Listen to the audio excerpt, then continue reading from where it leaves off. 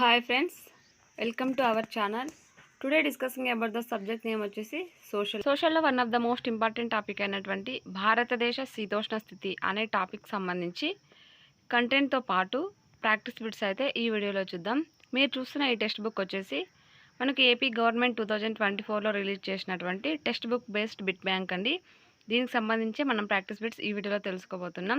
ఎవరైతే మన ఛానల్ని ఫస్ట్ టైం చూస్తున్నారో వారంతా కూడా సబ్స్క్రైబ్ అయితే చేసుకోండి. లైక్, షేర్, కామెంట్ తప్పకుండా చేయండి. ఆల్రెడీ ఈ బిట్ బ్యాంక్ సంబంధించి 15 లెసన్స్ అయితే కంప్లీట్గా మన ఛానల్లో పోస్ట్ చేస్తున్నామండి. ఆ చాప్టర్కి సంబంధించి బిట్స్ ఎవరైనా చూడనట్లయితే తప్పకుండా అయితే చూడండి. ఇప్పుడైతే మనం ఈ వీడియోకి సంబంధించి ప్రాక్టీస్ బిట్స్తో పాటు కంటెంట్ అయితే ఫస్ట్ చూద్దాము. ఫస్ట్ కంటెంట్ చూస్తున్నాం. కంటెంట్ వచ్చేసి మనకు భారతదేశం దాని శీతోష్ణ స్థితి అనే టాపిక్ అండి. దీనికి సంబంధించి కంటెంట్ అయితే నేను స్క్రోల్ చేస్తూ ఉంటాను, మీరైతే దాన్ని చదవండి ఒకసారి.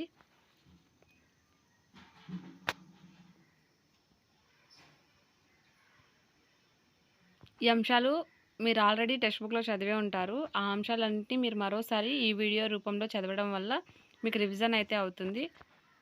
ఇక్కడ చదివిన అంశాలు ఇప్పుడు వచ్చే ప్రాక్టీస్ బిట్స్లో మీరు ప్రాక్టీస్ బిట్స్ చేయడానికి మీకు ఎంత యూజ్ అవుతుంది.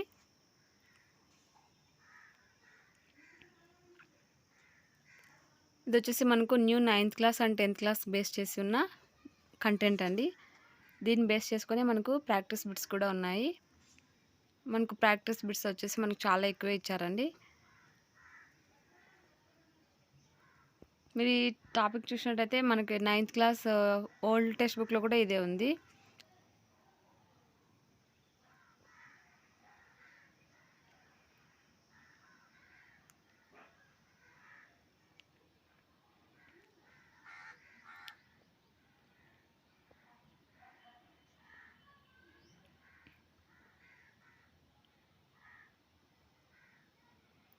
ఇది వచ్చేసి సోషల్ మనకు ఓన్లీ డిఎస్సికనే కాదు, ఎనీ కాంపిటేటివ్ ఫీల్డ్కైనా మనకు జీకే రూపంలో అయితే యూజ్ అవుతుందండి. తప్పకుండా అయితే సోషల్ని అయితే చదవండి. ఇప్పుడైతే మనం ప్రాక్టీస్ బిట్స్ అయితే చూద్దాం. ప్రాక్టీస్ బిట్స్లో ఫస్ట్ బిట్ వచ్చేసి ఒక ప్రాంతంలో ఒక నిర్దిష్ట సమయంలోని వాతావరణ పరిస్థితులను ఈ విధంగా పిలుస్తారు. ఒక ప్రాంతంలో ఒక నిర్దిష్ట సమయంలోని వాతావరణ పరిస్థితులను వెదర్ అని అయితే పిలుస్తారండి. క్వశ్చన్ నెంబర్ 1కి option 1 is the right answer. Next question number 2 చూసినట్టయితే శీతోష్ణ స్థితి అనగా క్రింది వానిలో ఏది? శీతోష్ణ స్థితి అనగా ఒక ప్రదేశంలోని దీర్ఘకాలిక వాతావరణ స్థితినే శీతోష్ణ స్థితి అని అయితే పిలుస్తారండి. క్వశ్చన్ నెంబర్ 2కి option 2 is the right answer. Next question number 3 అయితే చూద్దాం. నెక్స్ట్ క్వశ్చన్ నెంబర్ 3 చూసినట్టయితే భారతదేశం శీతోష్ణ స్థితి ప్రభావితం చేయని అంశం క్రింది వానిలో ఏది? మన భారతదేశ శీతోష్ణ స్థితిని ప్రభావితం చేయని అంశం వచ్చేసి నేలలు అండి. అక్షాంశాల విస్తరణ, నేల వాలు, సముద్ర సమీపత ఇవన్నీ కూడా భారతదేశం యొక్క శీతోష్ణ స్థితిని ప్రభావితం చేస్తాయి. నేలలు అనేది మన భారతదేశం యొక్క శీతోష్ణ స్థితిని ప్రభావితం చేయదు. క్వశ్చన్ నెంబర్ 3కి option 4 is the right answer. Next question number 4 అయితే చూద్దాం. క్వశ్చన్ నెంబర్ 4లో క్రింది వాటిలో సరైన వాక్యాన్ని గుర్తించండి. క్రింది వాక్యాల్లో సరైన వాక్యం వచ్చేసి ఆప్షన్ 3 అండి. భూమధ్య రేఖ నుంచి ధృవాల వైపు ప్రయాణిస్తే వార్షిక సగటు ఉష్ణోగ్రతలు అనేవి తగ్గుతాయి. ఇది వచ్చేసి సరైన సమాధానం. క్వశ్చన్ నెంబర్ 4కి option 3 is the right answer అండి. నెక్స్ట్ క్వశ్చన్ నెంబర్ 5 చూసినట్టయితే ఈ క్రింది వాటిలో సరికాని వాక్యం ఏది? సరికాని వాక్యం వచ్చేసి మనకు ఆప్షన్ 2 అండి. సముద్ర తీరంలో సాంవత్సరిక సగటు ఉష్ణోగ్రతల్లో తేడాలు చాలా తక్కువ అని అయితే ఉంది. సముద్ర తీరంలో సాంవత్సరిక సగటు ఉష్ణోగ్రతలో తేడాలు చాలా ఎక్కువగా అయితే ఉంటాయి. క్వశ్చన్ నెంబర్ 5కి option 2 is the right answer. Question number 6 చూసినట్టయితే సముద్ర మట్టం 10 డిగ్రీల ఉష్ణోగ్రత ఉన్నప్పుడు 7000 మీటర్ల ఎత్తులో ఉన్న ఒక పర్వత శిఖరం వద్ద ఉష్ణోగ్రత ఎంత ఉంటుంది?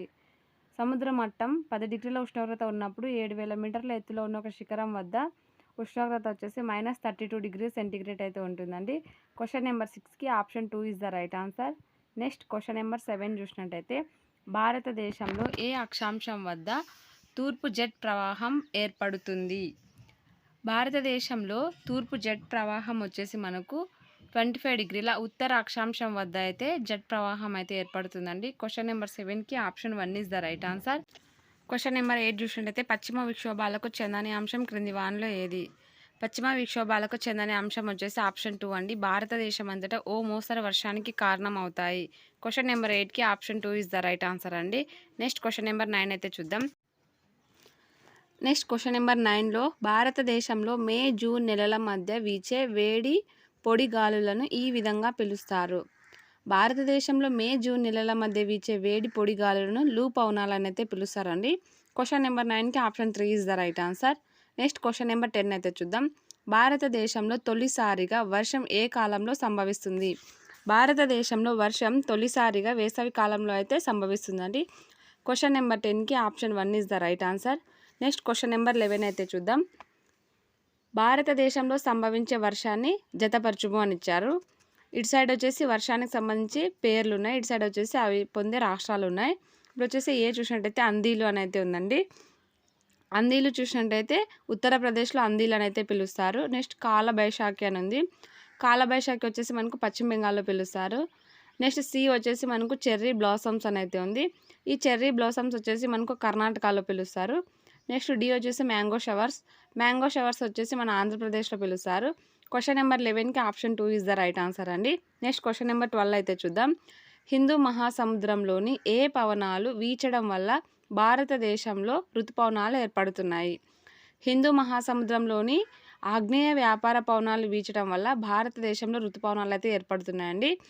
క్వశ్చన్ నెంబర్ 12కి option 2 is the right answer. Next question number 13 అయితే చూద్దాం.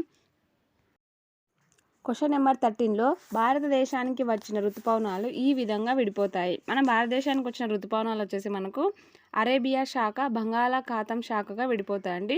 క్వశ్చన్ నెంబర్ 13కి option 3 is the right answer. Next question number 14 చూసినట్టయితే పశ్చిమ విక్షోభాలు ఏ కాలంలో వర్షిస్తాయి? మనకు పశ్చిమ విక్షోభాలు వచ్చేసి శీతాకాలంలో వర్షిస్తాయండి. క్వశ్చన్ నెంబర్ 14కి option 2 is the right answer. Next question number 15 చూసినట్టయితే క్వశ్చన్ నెంబర్ 15లో ఈశాన్య ఋతుపవనాలకు చెందని అంశం క్రింది వానిలో ఏది? ఆప్షన్ 1 చూసినట్టయితే బంగాళాఖాతంలో అల్పపీడనం ఏర్పడుతుంది. ఇదైతే ఈశాన్య ఋతుపవనాల వల్ల సంభవించే అంశమే. నెక్స్ట్ ఆప్షన్ 2 చూసినట్టయితే అండమాన్ దీవులలో తుఫాను వాయుగుండాలు అయితే ఏర్పడతాయి. ఇది కూడా ఈశాన్య ఋతుపవనాలకు చెందిన అంశమే. ఆప్షన్ 3 చూసినట్టయితే గోదావరి, కృష్ణ, కావేరీ డెల్టాలు తుఫాను ప్రభావితానికి గురి అవుతాయి. దేనివల్ల అంటే ఈశాన్య ఋతుపవనాల వల్ల పై 3 అయితే జరుగుతాయండి. క్వశ్చన్ నెంబర్ 15కి option 4 is the right answer. వాయువ్య భారతంలో అల్పపీడనం ఏర్పడుతుంది అని అయితే ఉంది. వాయువ్య భారతంలో అల్పపీడనం ఈశాన్య ఋతుపవనాల వల్ల అయితే ఏర్పడదనమాట. క్వశ్చన్ నెంబర్ 15కి option 4 is the right answer. Next question number 16 చూసినట్టయితే ఈశాన్య ఋతుపవనాల వల్ల అధిక వర్షం పొందే తీరం క్రింది వానిలో ఏది? ఈశాన్య ఋతుపవనాల వల్ల అధిక వర్షం పొందే తీరం వచ్చేసి కోరమండల్ అండి. క్వశ్చన్ నెంబర్ 16కి option 3 is the right answer. Next question number 17 అయితే చూద్దాం. క్వశ్చన్ నెంబర్ 17లో ఆప్షన్ ఏ హేమంత ఋతువు. ఈ ఋతువు వచ్చేసి మనకు సెప్టెంబర్, అక్టోబర్ నెలల్లో అయితే ఏర్పడుతుందండి. నెక్స్ట్ బి వచ్చేసి వసంత ఋతువు అని అయితే ఉంది. వసంత ఋతువు వచ్చేసి మార్చి, ఏప్రిల్ నెలల్లో అయితే ఉంటుంది. ఆప్షన్ సి శరత్ ఋతువు వచ్చేసి మనకు నవంబర్, డిసెంబర్ నెలల్లో అయితే ఉంటుంది. ఆప్షన్ డి వచ్చేసి శిశిరం వచ్చేసి మనకు జనవరి, ఫిబ్రవరి నెలలో అయితే ఉంటుంది. క్వశ్చన్ నెంబర్ 17కి option 1 is the right answer. Next మనం క్వశ్చన్ నెంబర్ 18 చూసినట్టయితే ఏజీడబ్ల్యూను విస్తరించము అని అయితే ఉంది. ఏజీడబ్ల్యూను విస్తరించము అనే దాన్ని చూసినట్టయితే ఆంథ్రోపోజెనిక్ గ్లోబల్ వార్మింగ్ అండి. క్వశ్చన్ నెంబర్ 18కి option 2 is the right answer. AGW అంటే anthropogenic global warming. Question number 18కి option 2 is the right answer. Next question number 19 చూసినట్టయితే ధృవాలు కరగడం వల్ల విడుదల అయ్యే ప్రధాన వాయువు క్రింది వానిలో ఏది? మనకు ధృవాలు కరగడం వల్ల మీథేన్ అనే వాయువు అయితే విడుదలవుతుందండి. క్వశ్చన్ నెంబర్ 19కి option 3 is the right answer. ధృవాలు కరగడం వల్ల మీథేన్ వాయువు అయితే రిలీజ్ అవుతుంది. ఇది చాలా ఇంపార్టెంట్ బిట్ అని గుర్తుపెట్టుకోండి. నెక్స్ట్ క్వశ్చన్ నెంబర్ 20 చూసినట్టయితే ఐలా తుఫాను కారణంగా వరదకు గురైన ప్రాంతం క్రింది వానిలో ఏది? ఐలా తుఫాను కారణంగా వరదకు గురైన ప్రాంతం వచ్చేసి మనకు సుందర్బన్ అండి. క్వశ్చన్ నెంబర్ 20కి option 1 is the right answer. Next question number 21 చూసినట్టయితే భారతదేశంలో అధిక వర్షపాతం పొందే ప్రాంతం క్రింది వానిలో ఏది? భారతదేశంలో అధిక వర్షపాతం పొందే ప్రాంతం వచ్చేసి మనకు మాసిన్రామ్ అండి. క్వశ్చన్ నెంబర్ 21కి option 1 is the right answer. Next question number 22 చూసినట్టయితే క్వశ్చన్ నెంబర్ 22లో భారతదేశంలో అత్యధికంగా వర్షపాతం ఏ రకమైన వర్షం ద్వారా పొందుతుంది? మనకు భారతదేశంలో అత్యధిక వర్షపాతం వచ్చేసి నైరుతి ఋతుపవన వర్షం అనే రకమైన వర్షం ద్వారా అయితే పొందుతుందండి. క్వశ్చన్ నెంబర్ 22కి option 2 is the right answer. Next question number 23 చూసినట్టయితే వేసవి కాలంలో భారతదేశంలో ఉష్ణోగ్రత విస్తీర్ణంలో సరైన అంశాన్ని ఎన్నుకొనుము. వేసవి కాలంలో భారతదేశంలో ఉష్ణోగ్రత విస్తీర్ణంలో సరైన అంశం వచ్చేసి దక్షిణం నుండి ఉత్తరానికి ప్రయాణిస్తే ఉష్ణోగ్రతలు పెరుగుతాయి. క్వశ్చన్ నెంబర్ 23కి option 1 is the right answer అండి. నెక్స్ట్ క్వశ్చన్ నెంబర్ 24 అయితే చూద్దాం. క్వశ్చన్ నెంబర్ 24 చూసినట్టయితే పీడన మేకల వ్యవస్థకు వ్యతిరేకంగా ప్రయాణించే పవనాలు క్రింది వానిలో ఏవి? పీడన మేకల వ్యవస్థకు వ్యతిరేకంగా ప్రయాణించే పవనాలు వచ్చేసి మనకు ఋతుపవనాలు అండి. క్వశ్చన్ నెంబర్ 24కి option 3 is the right answer. Next question number 25 అయితే చూద్దాం. తిరోగమన ఋతుపవనాలకు చెందని అంశం క్రింది వానిలో ఏది? తిరోగమన ఋతుపవనాలకు చెందని అంశం వచ్చేసి గాలిలో అల్పతేమ కారణంగా వాతావరణం చాలా ఉక్కపోతగా ఉంటుంది అనే అంశం వచ్చేసి తిరోగమన ఋతుపవనాలకు చెందని అంశం. క్వశ్చన్ నెంబర్ 25కి option 3 is the right answer అండి. నెక్స్ట్ క్వశ్చన్ నెంబర్ 26 చూసినట్లయితే హరితగృహ ప్రభావాన్ని తగ్గించడం కోసం 2013లో సదస్సు ఎక్కడ జరిగింది? ఈ హరితగృహ ప్రభావాన్ని తగ్గించడం కోసం 2013లో సదస్సు వచ్చేసి పోలాండ్ రాజధాని అయిన వార్సాలో అయితే జరిగిందండి. క్వశ్చన్ నెంబర్ 26కి option 2 is the right answer. Next question number 27 అయితే చూద్దాం. క్వశ్చన్ నెంబర్ 27లో క్రింది వాటిలో శీతోష్ణ స్థితి భారతదేశ శీతోష్ణ స్థితి అంశాలలో సరికాని అంశాన్ని గుర్తించుము. మనకు సరికాని అంశం వచ్చేసి వేసవిలో వచ్చే వర్షాన్ని పశ్చిమ విక్షోభాలు అంటారు అనే అంశం అయితే భారతదేశ శీతోష్ణ స్థితికి సంబంధించిన అంశం అయితే కాదండి. క్వశ్చన్ నెంబర్ 27కి option 3 is the right answer. Next question number 28 చూసినట్టయితే భారతదేశంలో అత్యధికంగా వర్షం నమోదయ్యే రెండో ప్రాంతం క్రింది వానిలో ఏది?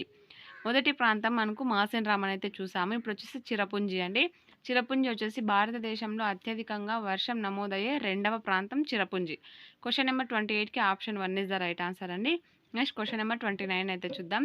తిరోగమన ఋతుపవన వర్షం అధికంగా సంభవించే ప్రాంతం క్రింది వానిలో ఏది? తిరోగమన ఋతుపవన వర్షం అధికంగా సంభవించే ప్రాంతం వచ్చేసి మనకు కోరమాండల్ అండి. క్వశ్చన్ నెంబర్ 29కి option 3 is the right answer. Next question number 30 అయితే చూద్దాం. క్వశ్చన్ నెంబర్ 30 చూసినట్టయితే క్వశ్చన్ నెంబర్ 30లో పశ్చిమ కనుమల వర్షఛాయ ప్రాంతం క్రింది వానిలో ఏది? పశ్చిమ కనుమల వర్షఛాయ ప్రాంతం వచ్చేసి తమిళనాడు అండి. క్వశ్చన్ నెంబర్ 30కి option 1 is the right answer. Next question number 31 చూసినట్టయితే మాన్సూన్ అనే పదం మౌసం అను ఏ భాషా పదం నుంచి వచ్చింది? మాన్సూన్ అనే పదం మౌసం అను అరబిక్ భాషా పదం నుంచి అయితే వచ్చిందండి. క్వశ్చన్ నెంబర్ 31కి option 3 is the right answer. Next question number 32 చూసినట్టయితే మాన్సూన్ అనగా అర్థం క్రింది వానిలో ఏది?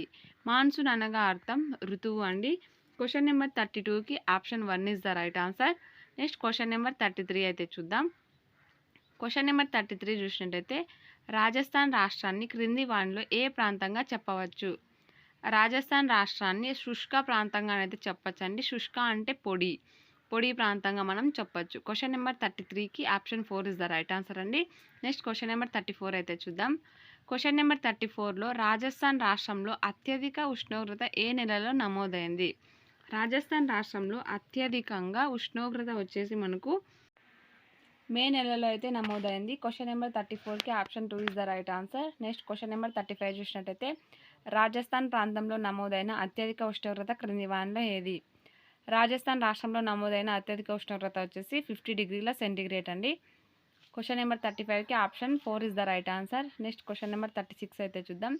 భారతదేశంలో అత్యల్ప ఉష్ణోగ్రత నమోదైన ప్రాంతం క్రింది వానిలో ఏది?